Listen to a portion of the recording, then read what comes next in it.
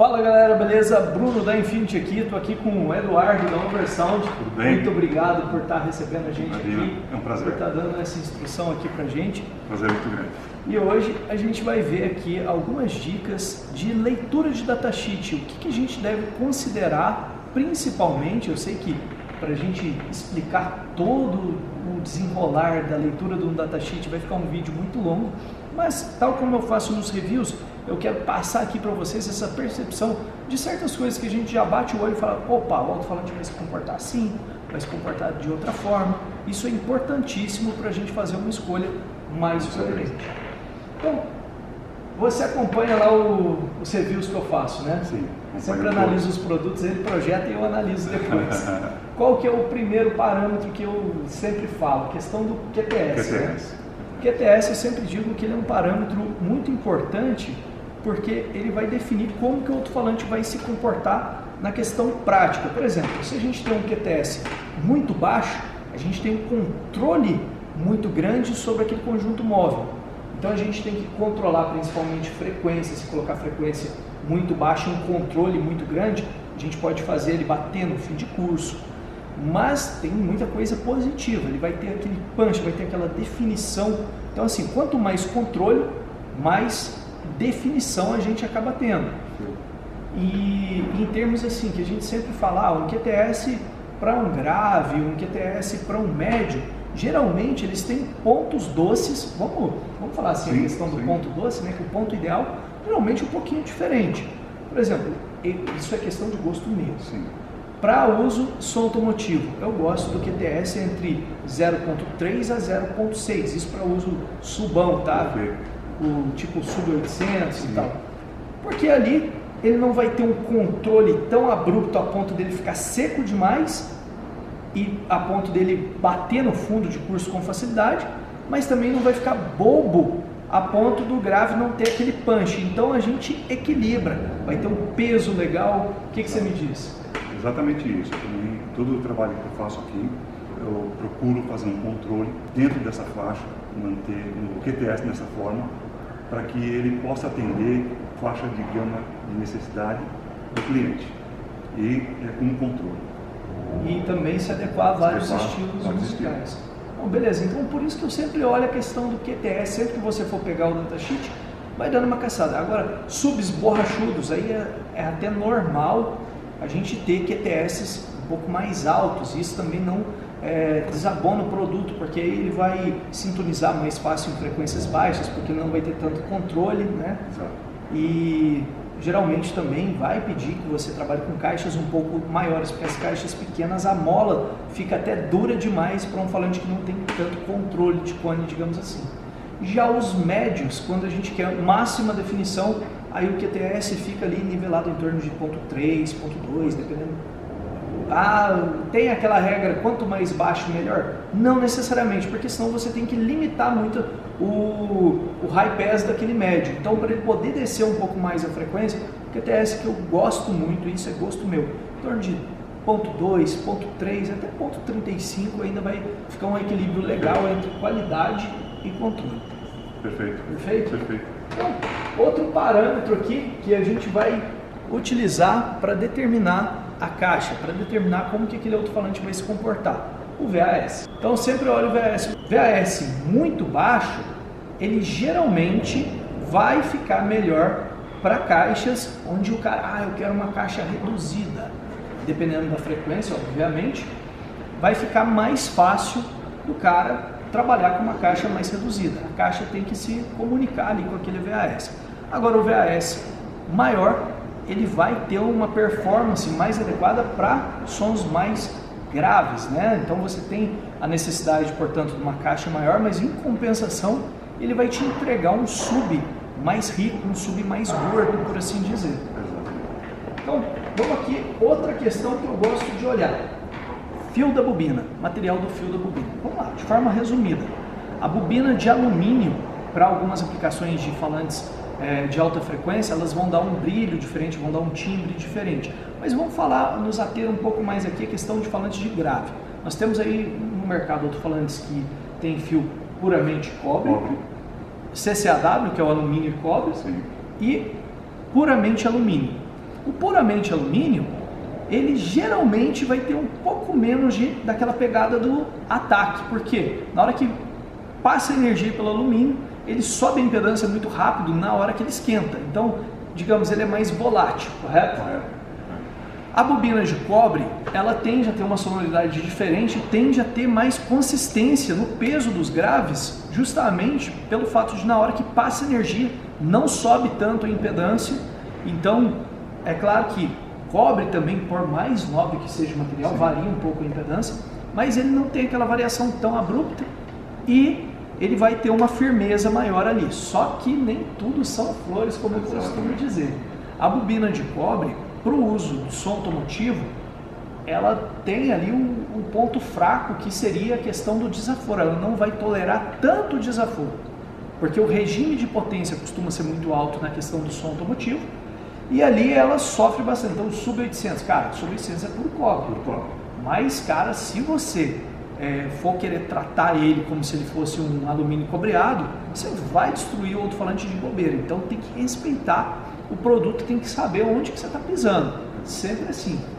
E já o CCAW, ou fio de alumínio com cobre, né? Ele é cobre na parte externa e o miolo dele é de alumínio. Ele vai unir um pouco das duas características, não ficando tão volátil quanto o alumínio puro e não ficando tão sensível aos abusos, se assim a gente pode dizer, como o de cobre.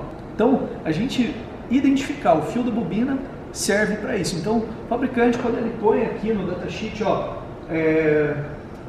fio da bobina, cobre, por exemplo, ele está te passando uma informação de como aquele material vai se comportar. E agora, você sabendo, você já sabe, olha, se o meu alto-falante é fio de cobre, pô, eu vou aplicar bastante potência, mas eu não vou colocar distorção, não vou colocar onda enquadrada, que ele é para quem tem um uso, né, vai ter uma acurácia maior nos ajustes, a ponto de não tolerar tanta sujeira no sinal, por assim dizer. Beleza? Beleza. Perfeito? Tem alguma coisa para acrescentar? Não, eu até já vi um vídeo seu falando sobre isso aí, e é um dos vídeos que mais explica sobre os fios. Tá bem legal mesmo sobre isso. Show de bola. Então agora, questão do parâmetro da frequência de ressonância. O que é essa frequência de ressonância? É a frequência que o alto-falante, ao ar livre, ele vibra com mais facilidade, ele ressona, por assim dizer. Então, essa frequência, ela nos norteia como que aquele conjunto vai trabalhar de forma um pouco mais eficiente. Então, obviamente, quanto mais próximo a gente está da frequência de ressonância, menos energia a gente está gastando para produzir uma vibração naquela frequência, porque o conjunto em si já ajuda, ele já tem uma estrutura natural que ajuda ele a ressonar, a vibrar naquela frequência. Por exemplo, uma taça, você faz, aí aquilo ali é a ressonância da taça. O alto-falante, na hora que a gente passa o sinal, onde a curva da impedância tem aquela variação que ele vai ressonar, é onde a curva da impedância sobe pra caramba, ela explode, porque ali ele precisa de pouquinha energia para vibrar. Então, ou seja, o próprio conjunto está se ajudando, ele está embalando ali. Ele nos ajuda a nortear como que aquele alto-falante vai se comportar na prática. E dependendo de um outro parâmetro que a gente vai falar posteriormente, a gente tem uma noção se ele pode trabalhar até a FS dele, ou até um pouco abaixo, ou não, que esse parâmetro é o Xmax. Mas a gente sabe que, via de regra, quando a gente tem um alto-falante que tem um Xmax legal, a gente vai sim conseguir descer ou até a FS, ou até bem próximo dela, ou até um pouco abaixo. A região da ressonância que a gente também procura fazer, dar como sugestão o uso da caixa. Então, se pegarem os datasheets nossos, vocês vão ver que tem uma faixa de resposta de trabalho que ele norteia, que o Bruno falou, ressonância do alto-falante. É igual esse aqui, o sub-800, aqui no datasheet tem uma sugestão de caixa, né? Então a FS dele é 40 Hz. A sintonia da caixa por volta dos 46 Hz. Isso significa, tem gente que pensa que a sintonia da caixa é onde vai parar de tocar. Não, na verdade, vai tocar um pouco antes, né, da sintonia, vai começar um pouco antes, porque bem no ponto da sintonia da caixa você tem uma curva de impedância onde a impedância está mais baixa. Então, nos pontos adjacentes anteriores àquela frequência e posteriores, a impedância continua baixa. E onde a impedância está baixa, você pode injetar o sinal que ele vai absorver legal e transformar aquilo em som, propriamente dito. Então, o parâmetro da frequência de ressonância serve basicamente para a gente nortear como que o alto-falante vai trabalhar na questão, principalmente da frequência, onde vai ter mais eficiência e onde a gente vai começar a aplicar um sinal de áudio naquele alto-falante. Perfeito. Beleza? Antes da gente terminar a questão da ressonância, né, da frequência de ressonância, o próprio fabricante, nesse caso aqui, sugere o high pass justamente na mesma frequência que está a frequência de ressonância. Mesmo que a sintonia da caixa tenha ficado um pouco acima, porque a sintonia vai pegar um pouco mais as frequências adjacentes, tanto para baixo quanto para cima, então vai pegar desde os 40 e o grave vai continuar gordo até lá 60, 70 Hz por assim em diante. Beleza? Agora o outro parâmetro aqui, que é muito importante, a questão da sensibilidade. Então, pelo parâmetro da sensibilidade, a gente vai entender se aquele alto-falante consegue converter bem a energia que está sendo aplicada dele em som, né, de maneira mais eficiente, que é muito parecido com o parâmetro da eficiência. Então a gente tem que observar esses dois em conjunto, ou se aquele alto-falante é travadão demais e faz com que, mesmo ele tendo parâmetros bons, entre aspas, vai fazer com que ele converta menos parte daquela energia em som. E isso faz com que você tenha que gastar com amplificadores super pesados, super parrudos, para no final tocar a mesma coisa que o outro alto-falante. Isso é muito importante que ele está falando. Que o outro alto-falante que tenha a sensibilidade mais alta. Eu fiz, com certeza você deve ter acompanhado, eu fiz o comparativo lá das tretas dos alto-falantes e o Sub-800 deu uma surra em muita gente, cara. E é justamente por essa questão. Essa questão do parâmetro eficiência e sensibilidade. Então é muito importante a gente prestar atenção nesse parâmetro, assim como nos outros, para a gente saber o quanto vai render aquele sistema como um todo. Quer acrescentar algo? Não, eu acrescento que todo falante que diz suportar muita potência, você também tem que ter potência para empurrar. E você vai gastar mais dinheiro com a potência para ter o mesmo resultado com um falante que suporta menor wattage. Mas, porém, com o mesmo motor, né? E que tem ali a sensibilidade maior. O resultado final em SPL, você pode ter o mesmo ou melhor, tendo gasto uma potência mais adequada. O que se traduz em miúdos também, aqui, corrige-me se eu estiver errado, não adianta nada a gente ter, por exemplo, dois alto-falantes com o mesmo motor. Vamos focar no motor, que o motor é o que mais importa, é o imã do alto-falante que a gente tem que levar em consideração principalmente. Aí um alto-falante tem lá a sensibilidade 93 dB, né? Sim. E o outro alto-falante tem a sensibilidade 96 dB, hipoteticamente falando aqui, mas tem o mesmo motor. Quer dizer, o que tem menor sensibilidade, no final das contas, por ele ter o mesmo motor, parâmetros ali até que parecidos, mas ser mais travado só para, entre aspas, passar no teste de mais potência, esse vai exigir que a pessoa tenha o dobro da amplificação, o dobro lá das baterias, tudo para no final tocar a mesma coisa. Sabe falar, tá vendo? O que eu quis dizer, ele falou agora em poucas palavras. A gente vai se complementando aqui. Vamos lá. Agora a questão sensibilidade e eficiência a gente já falou, né? Que é esse conjunto que a gente passou aqui para vocês. E o X máximo ou X-max é o deslocamento máximo que a gente tem sem que, não confundam o X máximo do X lim. Eu vou deixar um card aqui de um vídeo que eu explico a diferença dos dois. Mas o X máximo é o deslocamento que o alto-falante faz para a fase positiva ou para a fase negativa sem sair do campo magnético principal ali, do gap. Então assim, ali na altura da arruela lisa, se ele sair, se eu não me engano, 1/4 da altura da arruela lisa, ainda é considerado dentro do X máximo, tanto para cima quanto para baixo. Mas se ele sair mais do que aquilo, se a bobina saiu daquele ponto mais do que aquilo para cima, ela perde contato com aquela densidade de fluxo magnético maior. Então, a partir dali, um deslocamento maior que isso, o alto-falante perde os parâmetros originais, por assim dizer, porque ele perde influência motora sobre a bobina. Então o motor, ele é conjunto magnético em conjunto com a bobina. A diferença do motor convencional, que a gente vê, um motor desses carrinhos de brinquedo, né, que ele tem os ímãs, que é um funcionamento mais parecido, que é o motor DC, né? E aqueles ímãs ficam dispostos de uma forma que a hora que passa a corrente no sentido, aquele motorzinho roda em um sentido, e passa a corrente no sentido reverso, aquele motorzinho roda no outro sentido. No alto-falante, a gente tem o ímã e tem a bobina. Na hora que passa a corrente no sentido, a bobina sobe, no outro sentido, a bobina desce. Só que se a bobina subir demais, ela sai da influência daquele campo magnético do conjunto. Então, respeitar o X máximo é muito importante para isso. E tem gente que até passa o parâmetro X máximo pico a pico, né, que aí multiplica por 2 o valor X máximo nominal, que aí seria... Como limite máximo. Sim. Muito máximo.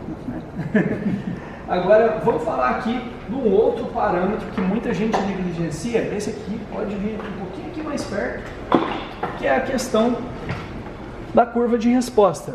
Alguns datasheets são passados com essa curva de resposta já normalizada e ainda já com a curva de resposta já da caixa sugerida pelo fabricante, e outros datasheets há uma curva de resposta um pouco mais técnica aqui, né? Foi numa caixa de 130 litros, sintonizada em 50 Hz, 12 dB oitava. Então aqui, uma caixa, ele vai se comportar dessa forma, né?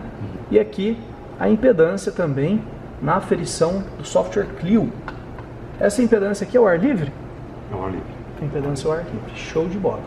Então, quando a gente vê um datasheet com essa resposta mais reta aqui, significa que a resposta está normalizada. É igual quando eu faço lá no Smart a leitura de um alto-falante, aí eu coloco lá, normalização 6 dB, 3 dB, sim. Isso é natural, não quer dizer que o que está sem normalizar é melhor, o que está normalizado é pior, tal. Não, isso aí vai para, por exemplo, a pessoa que está desenvolvendo, ela tem que ter o cuidado de fazer o datasheet adequado para o público que aquele produto foi direcionado. Então, para facilitar, né, para se adequar à aptidão técnica daquele público, você pode, por exemplo, colocar um normalizado para a pessoa entender. Agora, para o cara que quer uma coisa mais purista, o cara que é mais purista, que é geralmente um perazeiro e tal, o datasheet mais adequado costuma ser, né, na questão da resposta de frequência, ser a normalização para ele ter ali uma acurácia maior do que ele está fazendo. Para mim, cara, os dois jeitos a gente consegue trabalhar, até porque eu simplesmente costumo pegar e antes de eu montar o sistema, terminar o sistema, eu vejo aquela caixa que eu fiz, projetei especificamente, tiro a curva de resposta e me baseio naquilo ali. Perfeito? E por último, o último parâmetro aqui que a gente tem que observar, vejam bem, a pessoa escolhe esse parâmetro como o principal parâmetro para eleger se o alto-falante é bom ou ruim. E eu coloquei no último propositalmente, porque não é o mais importante. Agora aquele trocadilho não vale. Por último, mas não menos importante. Sim, por último e talvez menos importante, a potência. Você concorda comigo? Concordo, plenamente. Igual eu falei, cara, não adianta você ter muita potência se, por exemplo, o motor do ímã, motor do alto-falante, né, que é o conjunto magnético e bobina, não são fortes o suficiente para fazer com que tenha um rendimento legal. Não adianta você ter tamanho de alto-falante se você não tem um conjunto magnético que vai fazer com que ele performe legal. E não adianta você também ter um ímã razoável, mas suportar potência apenas por ter colocado resina demais, por ter endurecido todo o conjunto, que no final você só vai estar jogando energia fora. Então, potência é importante?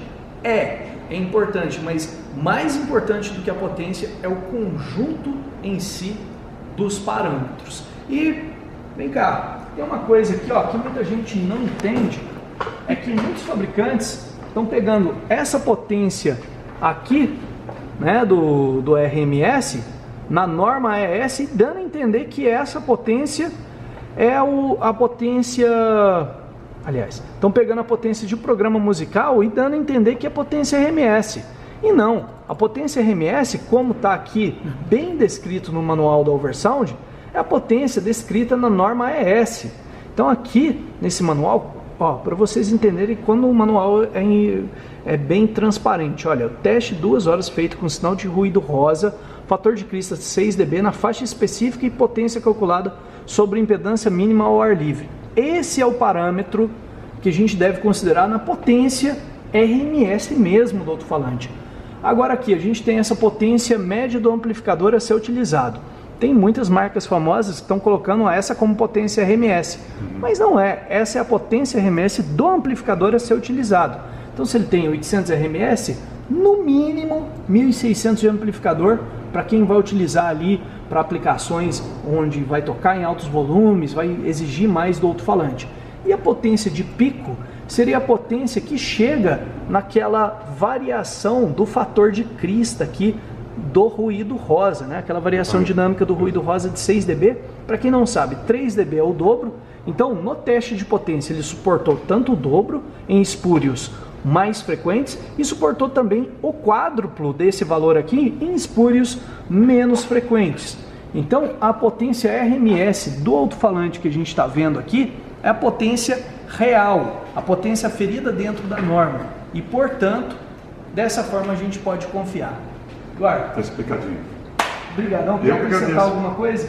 Eu queria agradecer por fazer parte do áudio brasileiro e ajudar as empresas e vocês mesmos a usarem os produtos da melhor forma possível. Eu acho que isso é muito importante. Eu que agradeço. Não, imagina. Uma coisa que eu sempre gosto de deixar também muito transparente para as pessoas, né? Antes da gente finalizar aqui, que eu tô aqui dentro da Oversound, mas a gente não é patrocinado de forma alguma pela marca. A gente vem aqui, visita a marca porque a gente tem aquela velha máxima. Se a marca está fazendo um trabalho legal, a gente que se dispõe a fazer um trabalho de avaliação, a gente quer estar aqui mostrando, a gente quer estar aqui promovendo a marca porque eles merecem, cara. O pessoal aqui, pessoal esforçado, eu tive aqui em todo o galpão da empresa, vocês vê coisas assim que eles se preocupam com aquele pelo em ovo que o povo fala. Não sei o que. Não, eles se preocupam porque eles estão preocupados e comprometidos em entregar um produto top. Então, nada mais justo do que eu trazer isso aqui para vocês. Beleza? Então, obrigado mais uma vez. Tamo junto. Aquele abraço, galera, e até a próxima. Tchau.